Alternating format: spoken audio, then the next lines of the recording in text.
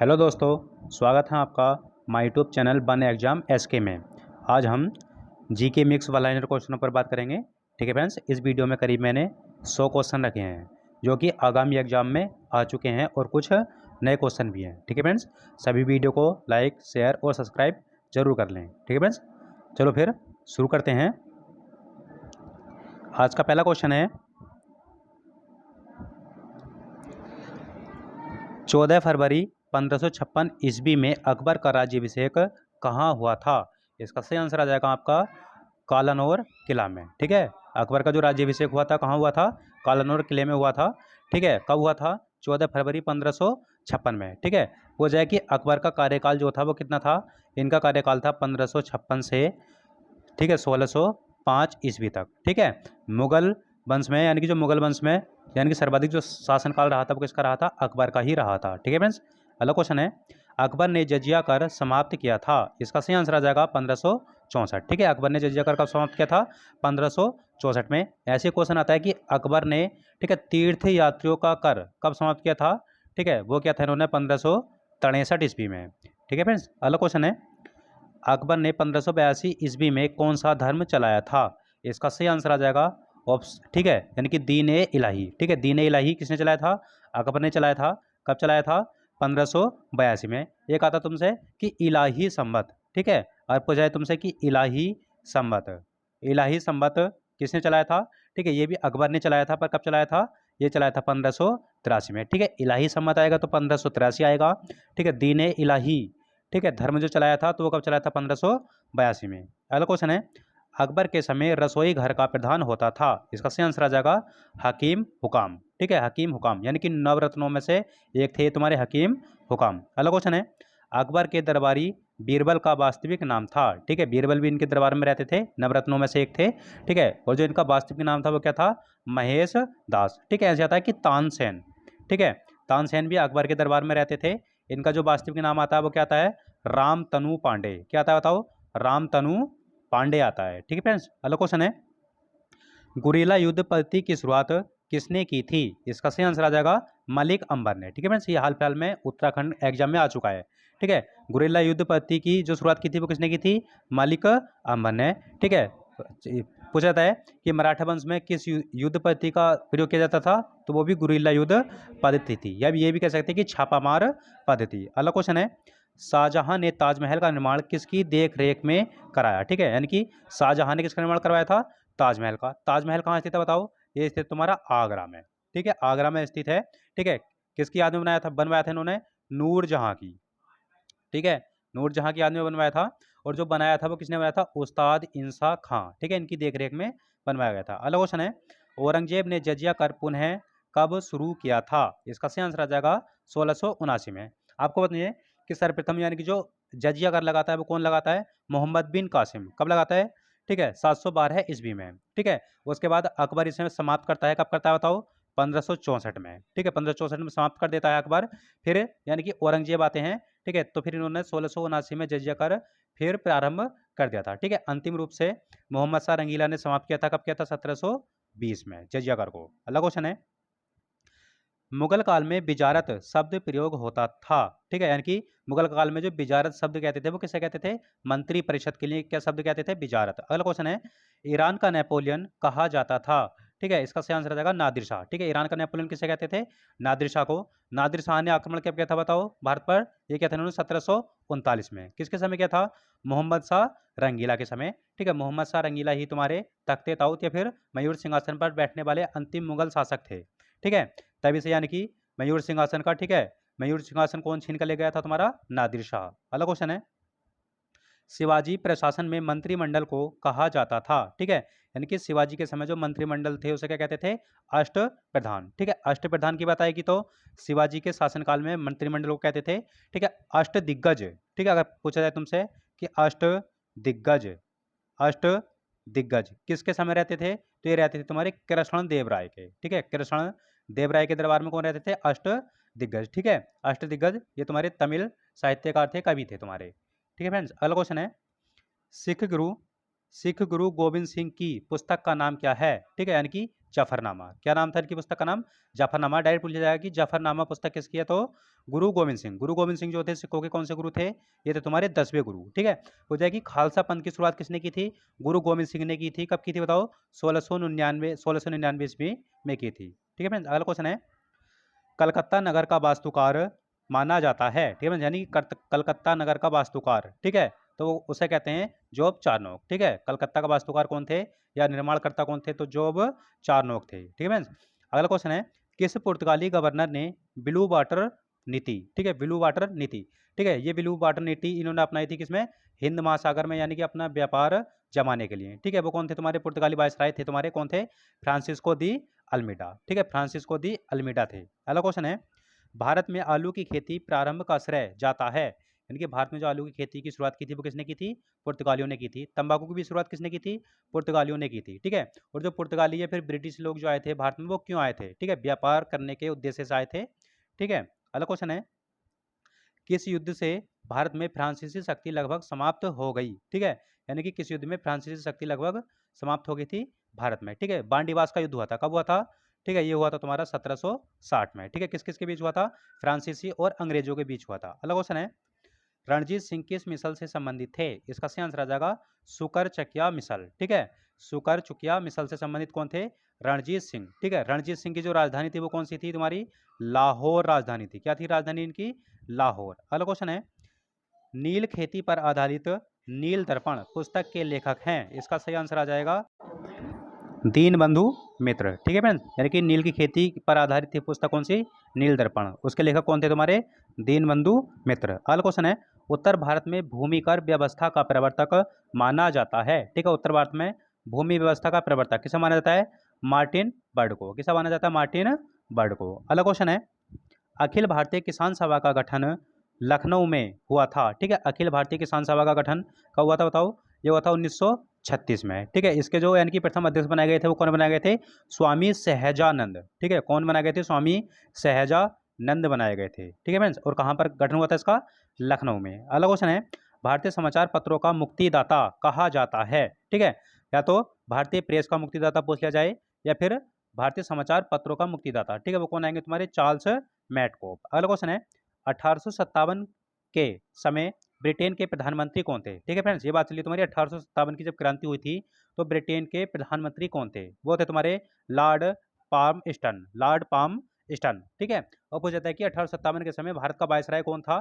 तो भारत का वायसराय था तुम्हारा लॉर्ड कैनिंग। ठीक है, कौन था? Lord Canning. अगला क्वेश्चन है, लाल कुर्ती आंदोलन से संबंधित था। इसका सही आंसर आ जाएगा खान अब्दुल गफ्फार खान। ठीक है, लाल कुर्ती आंदोलन किसने चलाया था? खान अब्दुल गफ्फार खान ने चलाया था। कब चलाया था? ठीक है, 1929 की बात आती है, 1928 या फिर 1929। अगला क्वेश्चन है, कार्ल मार्क्स का संबंध था। इसका सही आंसर है जर्मनी से। कार्ल मार्क्स का संबंध किससे था? जर्मनी से थे। अगला क्वेश्चन है, भारत में विभागीय प्रणाली की शुरुआत किसने की थी? इसका सही आंसर आ जाएगा लॉर्ड कैनिंग। ठीक है, भारत में जो विभागीय प्रणाली की शुरुआत की थी वो किसने की थी? लॉर्ड कैनिंग ने की थी। अगला क्वेश्चन है, महारानी विक्टोरिया भारत की सामग्री साम्राज्ञी साम्राज्ञी कब घोषित की गई? इसका सही आंसर आ जाएगा ठीक है 28 अप्रैल 1876 में। ठीक है, महारानी विक्टोरिया को भारत की साम्राज्ञी कब घोषित किया गया था? ठीक है, 28 अप्रैल 1876 को। अगला क्वेश्चन है, ब्रिटिश भारत में महिलाओं को सर्वप्रथम मताधिकार कब दिया गया था? ठीक है, ब्रिटिश भारत में महिलाओं को यानी कि वोट डालने का अधिकार दिया था। कब दिया गया था? 1919 के एक्ट के तहत। ठीक है, माउंटेन्यू ट्रांसपोर्ट एक्ट आया था कब? ठीक है, अधिनियम आया था 1919 में। अगला क्वेश्चन है, किस अधिनियम से बर्मा यानी कि बर्मा, पहले प्राचीन नाम क्या था म्यांमार का? तो बर्मा था। ठीक है, वर्तमान में क्या नाम है? म्यांमार। ठीक है, यानी किस अधिनियम से बर्मा म्यांमार भारत से अलग कर दिया गया था? ठीक है, ये क्या था? भारत शासन अधिनियम 1935 के द्वारा पूर्ण रूप से जो बिल्कुल अलग हो गया था म्यांमार। तो कब हुआ था? तो 1937 में अलग हो गया था। अगला क्वेश्चन है, स्वतंत्र यानी कि भारत स्वतंत्रता अधिनियम कब ब्रिटिश संसद में प्रस्तुत किया गया? ठीक है, यानी कि भारत को स्वतंत्र करने के लिए अधिनियम ब्रिटिश संसद में रखा गया था। कब रखा गया था ये?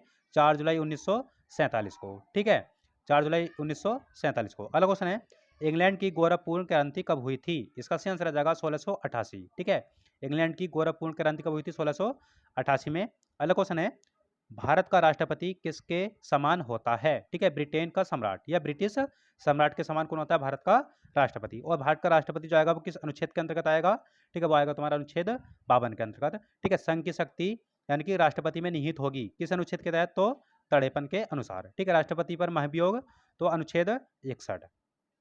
अगला क्वेश्चन है, भारत में मंत्रिपरिषद सामूहिक रूप से किसके प्रति उत्तरदायी होता है? यानी कि मंत्रिपरिषद सामूहिक रूप से उत्तरदायी होता है किसके प्रति? तो लोकसभा के प्रति होता है। ठीक है फ्रेंड्स, ये क्वेश्चन कई बार आ चुका है, ध्यान रखना। अगला क्वेश्चन है, मूल भारतीय संविधान में मताधिकार की न्यूनतम उम्र थी। ठीक है, यानी कि जब मूल भारतीय संविधान, ठीक है, कब लागू हुआ था ये? 26 जनवरी 1950 को। उस समय जो थी, यानी कि नागरिकों की जो मतदान देने की न्यूनतम उम्र थी वो कितनी थी? 61 वर्ष थी। ठीक है, यानी कि 21 वर्ष थी। कितनी वर्ष थी? 21 वर्ष थी। ठीक है, 21 वर्ष से 18 वर्ष की गई थी। कब की गई थी? ये हुआ था तुम्हारा 61वां संविधान संशोधन 1989 में। ठीक है, 61वें संविधान संशोधन 1989 के द्वारा, ठीक है, मतदान की आयु 21 वर्ष से घटाकर कितनी कर दी गई? 18 वर्ष। अगला क्वेश्चन है, ब्रिटिश काल में कब भाषा के आधार पर बिहार, उड़ीसा व असम राज्यों का गठन किया गया था? इसका सही आंसर आ जाएगा 1912 में। यहाँ पर बात चलिए कि भाषा के आधार पर। ठीक है, तो 1912। अगला क्वेश्चन है, राष्ट्रीय सुरक्षा अधिनियम या रासुका कब पारित हुआ था? ठीक है, यानी कि राष्ट्रीय सुरक्षा अधिनियम, ठीक है, कब पारित हुआ था ये? 1980 में। अगला क्वेश्चन है, भीमराव अंबेडकर ने किसे संविधान की आत्मा व हृदय कहा? ठीक है, इन्होंने कहा था संवैधानिक उपचारों का अधिकार को। क्या कहा था? ठीक है, संविधान की आत्मा व हृदय कहा था। ठीक है, और जो संविधान की आत्मा यानी कि संवैधानिक उपचारों का अधिकार आता है वो किस अनुच्छेद के अंतर्गत आता है? क्या था? अनुच्छेद 32 के अंतर्गत। अगला क्वेश्चन है, खाने का सोडा कहा जाता है? इसका सही आंसर आ जाएगा सोडियम बाई कार्बोनेट। ठीक है, यानी कि खाने के सोडे को क्या कहते हैं? Sodium by carbonate. ठीक है, अगला क्वेश्चन है, पीएच स्केल का अधिकतम मान हो सकता है? ठीक है, पीएच स्केल का अधिकतम मान कितना होता है? 14 होता है, आपको पता चाहिए। ठीक है, 7 उदासीन होता है। ठीक है, 1 से 7 तक होता है, फिर 7 से 14 तक होता है। ठीक है, 7 से अगर नीचे आएगा तो तुम्हारा होता है खट्टा। ठीक है, और 7 से ऊपर आएगा तो तुम्हारा होता है क्षारीय। ठीक है, अम्लीय 7 से नीचे और 7 से अधिक क्षारीय होता है। ठीक है, और जो 7 पर होता है पूरे पूरे वो होता है तुम्हारा उदासीन। अगला क्वेश्चन है, शीशा काटने शीशा काटने के लिए प्रयुक्त काले हीरे को कहा जाता है? ठीक है, यानी कि जो शीशा काटने के लिए प्रयुक्त काला काला हीरा प्रयोग किया जाता है, ठीक है, शीशा काटने के लिए प्रयुक्त काला हीरा का प्रयोग किया जाता है, उसे क्या कहते हैं? उसे कहते हैं वोट। क्या कहते हैं? वोट। इसे ध्यान रखना, शीशा काटने के लिए प्रयोग जो कौन सा हीरा करा जाता है? तो काला हीरा, और काले हीरे को क्या कहते हैं? वोट। अगला क्वेश्चन है, प्राकृतिक बहुलक का उदाहरण है? इसका सही आंसर आ जाएगा स्टार्च व सेलुलोज। अगला क्वेश्चन है, अनुवांशिकता का पितामह माना जाता है? ठीक है, यह आएगा तुम्हारा, ठीक है, ग्रेगर जोहान्स मेंडल को। ठीक है, जोहान्स मेंडल, बस आप ये याद रखना, मेंडल। अगला क्वेश्चन है, भारत की संप्रभुता, एकता और अखंडता की रक्षा करें और उसे अक्षुण्ण बनाए रखें, एक है, ठीक है, मौलिक कर्तव्य है तुम्हारा। ठीक है, आपको पता है, यानी कि जब मूल संविधान, यानी कि मूल संविधान में तुम्हारे मौलिक कर्तव्य नहीं थे। ठीक है, अगर पूछा जाएगा कि मूल संविधान में कितने मौलिक कर्तव्य थे, तो आप कहोगे 0। ठीक है, मूल संविधान में एक भी मौलिक कर्तव्य नहीं था। ठीक है, आपका संविधान संशोधन हुआ था, ठीक है, कौन सा? 42वां संविधान संशोधन हुआ था कब? 1976 में। ठीक है, 42वें संविधान संशोधन 1976 के द्वारा, ठीक है, नागरिकों को कितने मौलिक कर्तव्य दिए गए थे? 10। ठीक है, यानी कि स्टार्टिंग में मौलिक कर्तव्य कितने थे? 10 है। ठीक है, और वर्तमान में जो मौलिक कर्तव्य पूछे जाएंगे तो वो कितने हैं? 11 मौलिक कर्तव्य हैं। ठीक है, 11वां जो मौलिक कर्तव्य जोड़ा गया था वो कब जोड़ा गया था? वो जोड़ा गया था 86वां संविधान संशोधन हुआ था, कब हुआ था? 2002 में हुआ था। ठीक है, और जो इसमें यानी कि 11वें मौलिक कर्तव्य में वो क्या है? यानी कि 6 से 14 वर्ष तक के बच्चों को निःशुल्क शिक्षा का उपचार। ठीक है फ्रेंड्स, अगला क्वेश्चन है, राष्ट्रपति किसी विधेयक को संसद में पुनर्विचार के लिए लौटा सकता है जिसमें कौन सी वीटो का प्रयोग होता है? ठीक है फ्रेंड्स, आपको पता है कि वीटो पावर दी होती है किसे? राष्ट्रपति को। ठीक है, इसमें बात चलिए, यानी कि राष्ट्रपति किसी विधेयक को संसद में पुनर्विचार के लिए लौटा सकता है जिसमें, यानी कि राष्ट्रपति किस वीटो का प्रयोग करता है? इसका सही आंसर आ जाएगा निलंबनकारी वीटो का प्रयोग। किसका करता है प्रयोग? निलंबनकारी वीटो का प्रयोग। अगला क्वेश्चन है, किस विधेयक को राष्ट्रपति संसद को पुनर्विचार के लिए नहीं लौटा सकता? इसका सही आंसर आ जाएगा धन विधेयक। ठीक है, धन विधेयक को यानी कि पुनर्विचार के लिए नहीं लौटा सकता, क्योंकि धन विधेयक जब यानी कि आता है तुम्हारा लोकसभा में तो राष्ट्रपति के, ठीक है, यानी कि राष्ट्रपति के अनुमान के अनुसार ही आता है। ठीक है, तो फिर राष्ट्रपति इस पर कोई सुनवाई नहीं कर सकता। अगला क्वेश्चन है, भारत की आकस्मिक निधि पर किसका नियंत्रण होता है? ठीक है फ्रेंड्स, आपको पता है, यानी कि भारत की एक आती है तुम्हारी आकस्मिक निधि और एक आती है आपकी संचित निधि। ठीक है, एक आती है आकस्मिक निधि और एक संचित निधि। आकस्मिक निधि बात आएगी तो अनुच्छेद 267 में आ जाएगा। संचित निधि आएगी तो 266 में। ठीक है, अगर संचित निधि की बात आएगी तो इस पे किसका अधिकार होता है? संसद का। ठीक है, बिना संसद के अनुमति के यहाँ से पैसे कोई नहीं निकाल सकता। ठीक है, और जो आकस्मिक निधि आएगी तो वो राष्ट्रपति का नियंत्रण होता है। ठीक है, अगला क्वेश्चन है, प्रधानमंत्री पद से त्यागपत्र देने वाले प्रथम प्रधानमंत्री थे। ठीक है फ्रेंड्स, यानी कि प्रधानमंत्री पद से त्यागपत्र देने वाले प्रथम प्रधानमंत्री कौन थे? तो मोरारजी देसाई। कौन थे? मोरारजी देसाई। अगला क्वेश्चन है, अविश्वास प्रस्ताव पारित होने के कारण सर्वप्रथम त्यागपत्र देने वाले प्रथम प्रधानमंत्री थे। ठीक है, यानी कि अविश्वास प्रस्ताव पारित होने के कारण सर्वप्रथम त्यागपत्र देने वाले प्रथम प्रधानमंत्री कौन थे? तो वो थे तुम्हारे बीपी सिंह। अगला क्वेश्चन है, 2 बार उप प्रधानमंत्री नियुक्त होने वाला व्यक्ति। ठीक है, यानी कि 2 बार उप प्रधानमंत्री रहे हैं कौन? चौधरी देवीलाल। कौन रहे? चौधरी देवीलाल। अगला क्वेश्चन है, भारतीय बजट का प्रणेता माना जाता है। ठीक है, इसका विजेता यानी कि प्रणेता कौन माने थे भारतीय बजट के? तो जेम्स विल्सन। करीब जेम्स विल्सन की बात आती है कि इन्होंने जो बजट पेश किया था या इसकी रूपरेखा तैयार की थी वो कब की थी? 1860 में। अगला क्वेश्चन है, भारत में स्थानीय स्वशासन का जनक माना जाता है। इसका सही आंसर आ जाएगा लॉर्ड रिपन को। ठीक है, यानी कि भारत में जो स्थानीय स्वशासन का जनक किससे माना जाता है? तो लॉर्ड रिपन को। अगला क्वेश्चन है, पंचायती राज व्यवस्था को द्विस्तरीय बनाने की सिफारिश की थी। ठीक है, पंचायती राज व्यवस्था को द्विस्तरीय बनाने की सिफारिश किस समिति ने की थी? अशोक मेहता समिति ने की थी। ठीक है, अशोक मेहता समिति की स्थापना हुई कब थी? इसकी स्थापना हुई थी 1977 में। ठीक है, पूछा जाएगा, यानी कि पंचायती राज व्यवस्था को त्रिस्तरीय। ठीक है, त्रिस्तरीय की बात आएगी तो बलवंत राय मेहता समिति की सिफारिश पर की गई थी पंचायती राज व्यवस्था त्रिस्तरीय। ठीक है, और बलवंत राय मेहता समिति की जो स्थापना हुई थी वो कब हुई थी? 1957 में हुई थी। अगला क्वेश्चन है, 73वां संविधान संशोधन अधिनियम 1992 का पंचायती राज व्यवस्था कब प्रभावी हुआ? आपको बताइए कि 73वां संविधान संशोधन किससे संबंधित आया? तुम्हारा पंचायती राज व्यवस्था से। ठीक है, कब आया था? 1992 में। अब पूछा जा रहा है यहाँ पर, यानी कि कब प्रभावी हुआ था या फिर कब लागू हुआ था? ये लागू हुआ था तुम्हारा 24 अप्रैल 1993 में। ठीक है, और 24 अप्रैल को ही क्या बनाते हैं? पंचायती राज दिवस। अगला क्वेश्चन है, 4 स्तरीय पंचायती राज व्यवस्था किस राज्य में है? ठीक है, एकमात्र राज्य है तुम्हारा कौन सा? पश्चिम बंगाल, जहां पर 4 स्तरीय पंचायती राज व्यवस्था लागू है। अगला क्वेश्चन है, भारतीय संविधान का संरक्षक माना जाता है। इसका सही आंसर आ जाएगा सर्वोच्च न्यायालय। ठीक है, भारतीय संविधान का जो संरक्षक माना जाता है वो कौन माना जाता है? सर्वोच्च न्यायालय। अगला क्वेश्चन है, सरकारिया आयोग का संबंध था। ठीक है, ये क्वेश्चन कई बार आ चुका है तुम्हारा, केंद्र हो या राज्य हो। ठीक है, सरकारी आयोग का संबंध किससे है? तो केंद्र राज्य संबंध से। ठीक है, संघ व राज्य संबंध से। अगला क्वेश्चन है, दिनेश गोस्वामी समिति का संबंध किससे है? ठीक है, दिनेश गोस्वामी समिति का संबंध किससे है?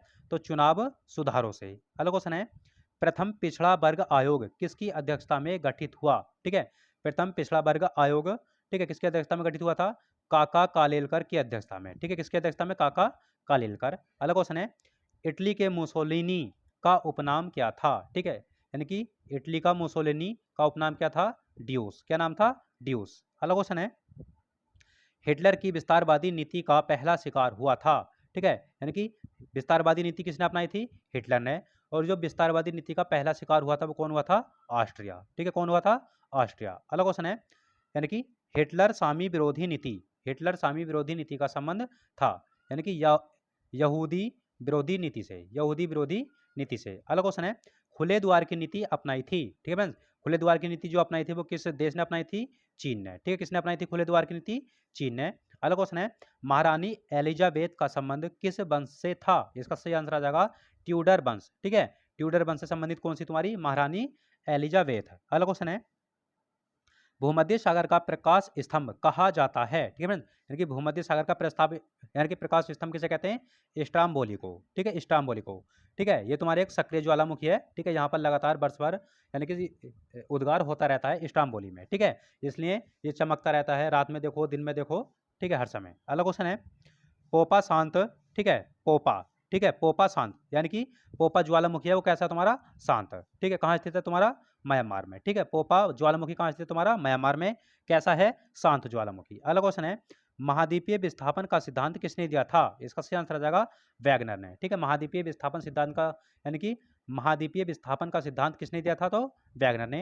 अगला क्वेश्चन है, डाउन्स शीतोष्ण कटिबंधीय घास के मैदान पाए जाते हैं। ठीक है, डाउन्स शीतोष्ण घास के मैदान पूछे जाएंगे तो कहाँ पर पाए जाते हैं? ऑस्ट्रेलिया में। ठीक है, एक आता तुम्हारा प्रेयरी, ठीक है। प्रेयरी शीतोष्ण घास के मैदान, यह पाए जाते हैं तुम्हारे उत्तरी अमेरिका में, ठीक है, यूएसए में, ठीक है। ऐसे पूछा जाता है कि एक अफ्रीका महाद्वीप के आते हैं कौन से, वेल्ड, ठीक है, बेल्ड, बेल्ड, ठीक है, यानी कि शीतोष्ण कटिबंधीय घास के मैदान कहाँ पाए जाते हैं तुम्हारे, दक्षिण अफ्रीका में। अगला क्वेश्चन है, अंतर्राष्ट्रीय तिथि रेखा का समांतर जल संधि है, ठीक है, यानी कि अंतर्राष्ट्रीय तिथि रेखा के समानांतर जो जल संधि है वो कौन सी है तुम्हारी, बेरिंग जल संधि है। अगला क्वेश्चन है, कृषि प्रधानता के कारण यूरोप का भारत कहलाता है, ठीक है, यानी कि यूरोप का भारत किसे कहते हैं, इटली को, क्योंकि इटली में भी तुम्हारी कृषि बहुत होती है जैसे कि भारत में होती है। अगला क्वेश्चन है, अमेरिका देश का नाम किस यात्री के नाम पर पड़ा था, इसका सही आंसर आ जाएगा, ठीक है, अमेरिको वेस्पुस्सी, ठीक है, अमेरिको वेस्पुस्सी। अगला क्वेश्चन है, लोहे की प्रसिद्ध मेसावी खान स्थित है, यानी कि लोहे की खान है तुम्हारी कौन सी, मेसावी खान, कहाँ स्थित है, अमेरिका में, कहाँ स्थित है, अमेरिका में। अगला क्वेश्चन है, सोने की प्रसिद्ध होम स्टेक खान, ठीक है, सोने की प्रसिद्ध होम स्टेक खान कहाँ स्थित है, यह भी अमेरिका में स्थित है। अगला क्वेश्चन है, पनामा नहर के दोनों छोर पर बंदरगाह स्थित हैं, जैसे कि आपने स्वेज नहर के दोनों छोरों पर बंदरगाह आते हैं, पोर्ट स्वेज और पोर्ट, ठीक है, सईद, ठीक है, वो तुम्हारे स्वेज नहर के दोनों छोरों पर आते हैं, ठीक है। ऐसी पनामा नहर, ठीक है, पनामा नहर का निर्माण कब हुआ था, 1914 में हुआ था।